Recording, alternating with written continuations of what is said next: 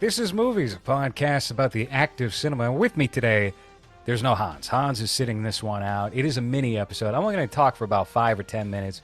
We did just wrap a live stream on the new Daily Wire feature, Lady Ballers, which I hated that fucking movie. It was a terrible movie. There's nothing funny about it whatsoever. Didn't even make me smirk. Didn't even think, oh, that's cute. You know, there's no real, to the movie itself, there are no redeeming values, okay? But check out that live stream because all we did was talk shit about it, and we broke down how Lady Ballers was made. We wrapped that hour and a half. That's available now on YouTube, and you can check it out on patreon.com/LowRes in the $5 tier. What I regretted not getting to during that live stream was my recommendation of another movie that I watched this weekend at the cinema, a much better movie, and really one of the top 5 or so films that I've seen this year, which I feel kind of silly saying about a Godzilla movie because, and even when people were raving about Shin Godzilla back in 2016, I think the Japanese Academy Awards even nominated that film for Best Picture or Best Ensemble. They did something to notify its importance and how it sticks out from the rest of the films in that series. I still feel kind of silly saying, yep, this is in my top 10, which is crazy to say about the 33rd film in a franchise. I think that this movie has certainly the most heart of any movie I've seen in theaters this year, and I can't recommend it enough. It is a terrific film across the board. The director of this movie, the first step in the right direction when helming this movie was allowing the director to also write the script and handle the visual effects. And apparently that's what this guy's background is. It's his MO. He's a total dictator behind the scenes, which, you know, is a man after my own heart. I appreciate that, the auteur spirit. And this is the first movie, maybe the first monster movie, or I don't like the term kaiju and how that's been popularized. I'm not going to use that during this review, but it's the first movie of this type where the human characters are not just likable, but I think that this would have been a great film even without Godzilla involved at all. If this movie had just been a World War II slice of life film about this very cowardly, selfish lead character and trying to create this makeshift family with a girl he befriends and a baby that they pick up. So first of all, Godzilla Minus One takes place immediately following World War II after Japan has been bombed. And it's about the recourse of that, having to reshape your nation after a tragedy.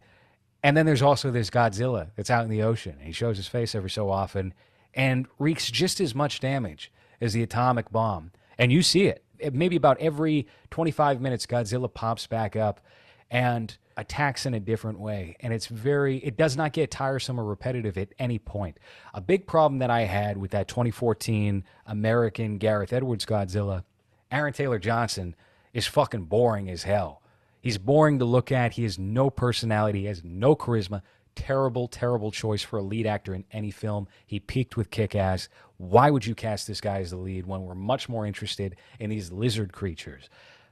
The second thing was the fights. Every single time Godzilla was getting ready to fight one of the monsters, and that's another thing too. I like Godzilla best when he's by himself and just being kind of a jerk.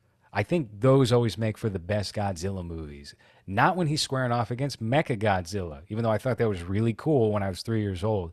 Mechagodzilla, Biolante, Godzuki, whoever. I don't like any of that. I'm really not a big fan of it.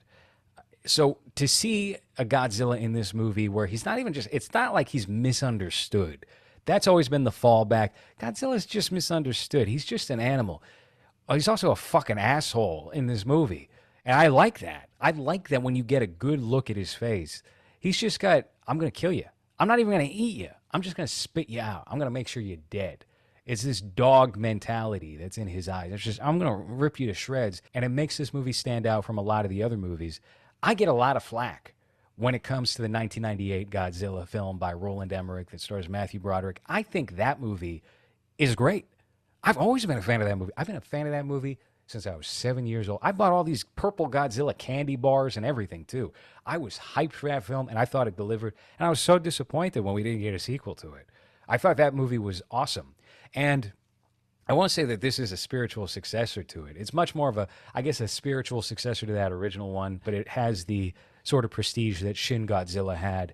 And it's one of the strongest films I've seen this year. And I feel silly admitting this. I feel ridiculous. And it almost, I try to avoid putting big IPs in my best of list for the year because it always looks stupid.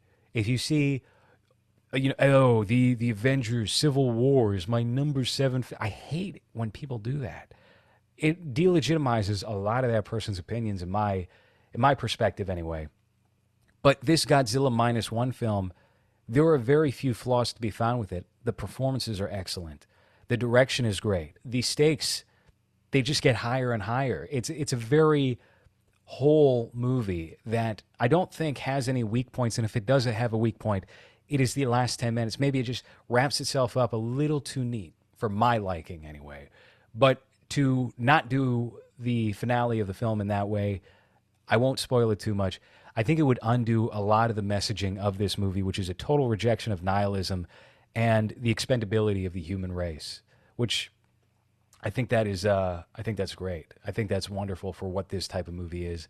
And to see Godzilla defeated in the way that he is a treat. And that's what I would use to describe this movie. It's a treat. It was a good surprise for me because I thought everyone is raving about this movie, and a lot of the critics I dislike and don't trust, they're giving it 5 stars. They're saying it's one of the best films of the year. It made me be on edge in the movie theater and think the floor is going to drop out from beneath me at some point during this viewing. Be ready for that. Be ready for disappointment. And I was not disappointed at all. I thought this was a very great, heartwarming movie. And it's in the top 5 for the year for me so far this year. It's really going to be difficult to top what this film brought to the table as a mainstream blockbuster movie. I can't imagine any American film being able to, unfortunately, I hate to say it, I really do hate to say it, I can't imagine any American film accomplishing what this movie has accomplished. Maybe back in the 90s, maybe in the 70s or the 80s especially, I guess, but not now. To do what they did, it's a hackneyed talking point with any of these reviews you see. $15 million.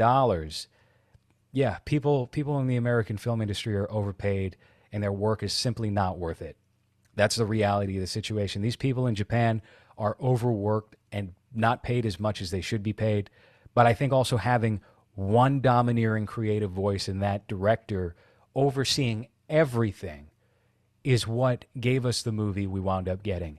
And if Godzilla -1 is playing in your theater and you're curious about it at all, if you're considering this or The Creator, which was another, hey, it's the director helming this part of the and it's so cheap. Fuck that movie. Go see Godzilla -1. It is terrific. Okay? Well, that has been my mini episode. Join us for the next show. Hans will hopefully be on. I know he's got some very serious things on his plate right now. Pretty crazy stuff. But thank you for listening.